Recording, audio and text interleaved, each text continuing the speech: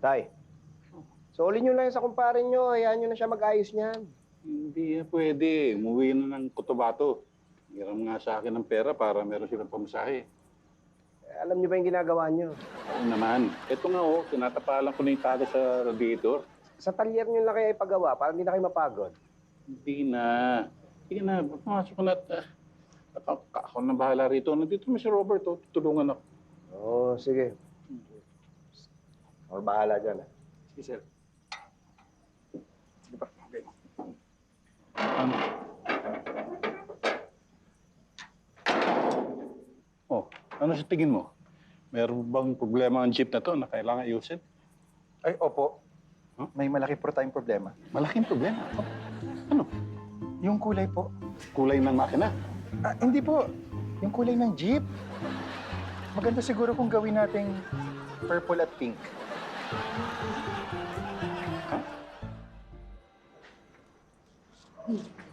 Wawa naman si tatay. Nakita ko yung post ni Nanay Rosa sa Facebook eh. Picture nilang dalawa ng Ramon. Mukhang nagkakamabutihan nga talaga. Kayo kasi ni Patrick. Bakit kami na naman? Kung hindi kayo tumutol, di natuloy na yung kasal nila. Ang ganda na yung maging magkaibigan lang sila. Tsaka okay yun, di ba? Hindi niya pinalitan si nanay. Ewan ko sa'yo. O halimbawa, ikaw mauna sa akin. Papayag ka, mag-asawa uli ako? Oo naman. Di nga.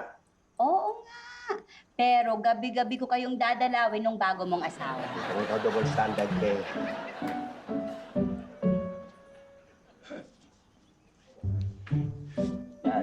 Toy. Alis mo na ako Ha? Saka punta. Mamamasada. Ba't kayo mamamasada? Hindi na ako makapirmi dito Parati ko naiisip si Rosa tsaka si... Kung ano man ang pangalan nun. Kailangan ko maghanap ng ibang mapaglilibangan. Ba't kayo mamamasada? Ang init-init sa labas, pag na-traffic kayo niyo, sobrang traffic. Baka mamaya kung ano pa mangyari sa inyo, sumama pakiramdam niyo. Dala ko naman yung cellphone, kaya tatawagan kita kung may problema. Bira naman tayo. Huwag na kayo mamasada. Iba na lang ang gawin ninyo. Ito'y, nagsasabi ako sa'yo, hindi ako nagpapaalam.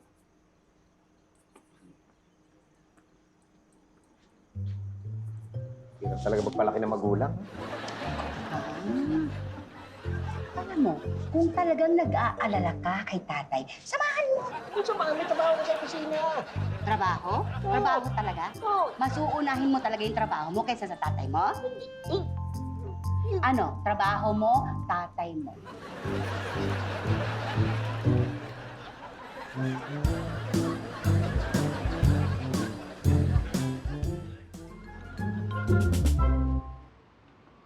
Tay, Hmm.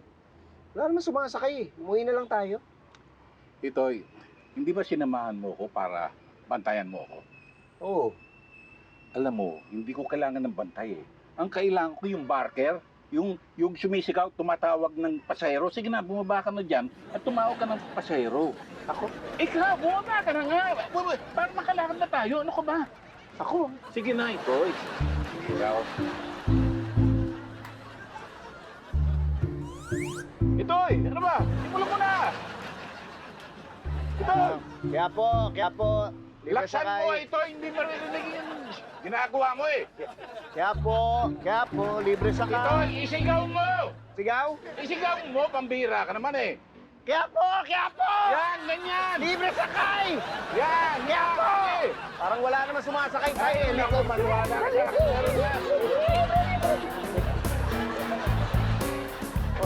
Dito. Dito sa kabila, Libre! Kaya po. Ito, ayun, puno na ba?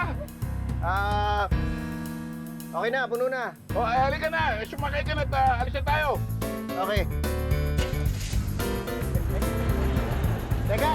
Halika na. At tagal mo naman Santa ka na.